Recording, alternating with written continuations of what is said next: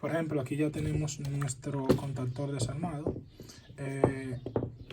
Quise ahorrar tiempo, por eso no lo desarmé mediante el video, pero aquí tenemos el contactor parcialmente desarmado. Aquí tenemos nuestra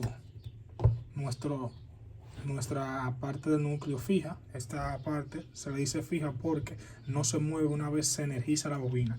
Esta parte que tenemos aquí es nuestra bobina, como le dije anteriormente. El voltaje de esta bobina es 220 a 60 Hz y esta se coloca en esta posición. Ahora, ¿por qué se utiliza este núcleo o este par de núcleos que son tipo E?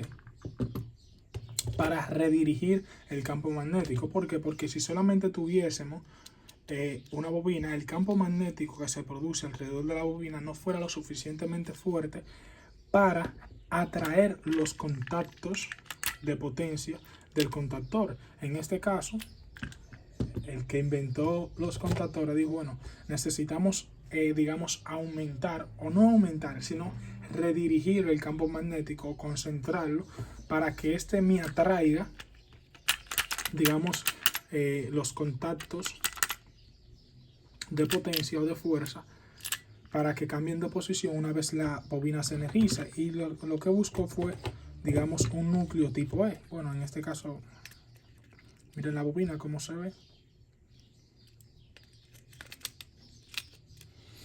Entonces, lo que hace el contactor una vez que la bobina se energiza, una vez que la bobina se energiza,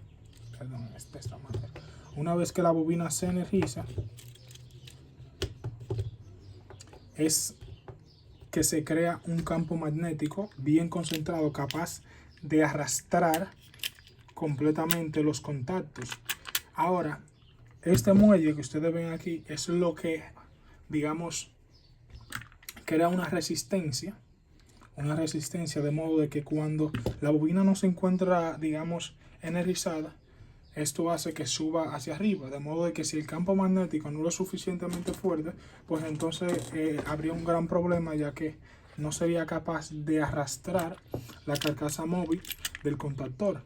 Y para ello se utilizan un núcleo tipo E dividido en dos. Y cuando, como dije anteriormente, cuando la bobina se energiza, el campo magnético aumenta, bien concentrado, jala esta, rompe la resistencia del resorte y los contactos normalmente abiertos, que en este caso son todos los de potencia, todos los contactores traen contactos abiertos y cerrados. Digamos, contactos auxiliares y contactos de fuerza o potencia. En este caso, los contactos de fuerza son contactos normalmente abiertos.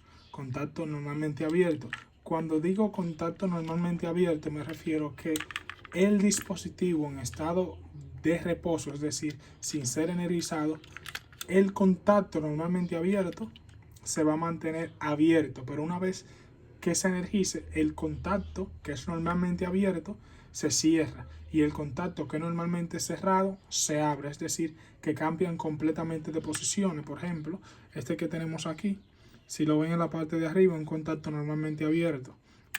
Cuando se energiza, lo que pasa es lo siguiente, que baja, por ejemplo, supongamos que está arriba, baja y los contactos que eran normalmente abiertos pasan a estar cerrados. ¿Por qué?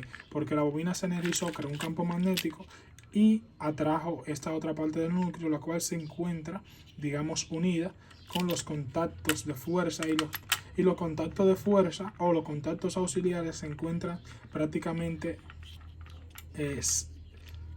unidos, no digamos que hacen contacto directamente, sino que se encuentran unidos a la misma barra que baja, mirando ahí, una vez que se energiza la bobina, que baja los contactos. Entonces los contactos normalmente abiertos, auxiliares, los contactos normalmente abiertos pasan de abierto a cerrado y los cerrados pasan a abierto. Entonces, esta parte va aquí, de la parte frontal, que nos ayuda a cubrir, digamos, los contactos de potencia. Miren lo feo que se ve, pero una vez que se le coloca esto, pues entonces, voilà, todo bien. Entonces, esta parte metálica que ustedes ven aquí no es más que la cámara de arco. Esta contiene y enfría el arco eléctrico. Recuérdense que cuando usted desconecta una carga de esta manera, se crea un arco eléctrico. El arco eléctrico se crea porque la corriente trata de buscar, digamos, o continuar el trayecto en la cual, bueno, no lo voy a decir de esa manera, sino que la energía trata de seguir su curso.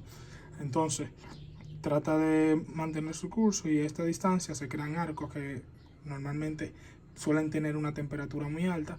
Y si no tuviera esta cámara de arco, que no es más que esa placa que ustedes ven ahí metálica, pues entonces la vida útil del contactor se iría a pique, como dicen. Entonces ya para armarlo sería sencillo. Miren que coloqué la bobina en este modo, de esta forma. Creo que va así. Efectivamente va así. El resorte en esta parte. Verificar bien que entre en esta parte. El resorte, para que ustedes vean, va prácticamente aquí, así. Y está en la parte de arriba. Ahora hay que verificar que esté bien, porque puede ser que yo lo esté poniendo al revés. Entonces usted le busca la caída, y donde cayó ahí fue. Por ejemplo, aquí cayó. Los tornillos.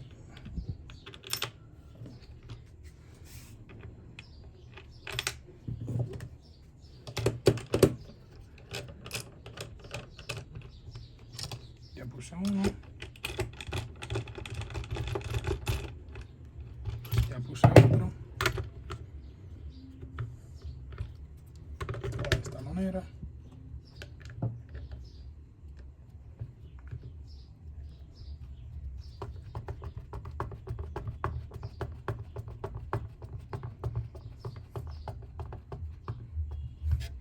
Y ya puse el otro, ya ahí estaría armado mi contactor. Una vez que se energiza, entra. Una vez que se energiza, entra.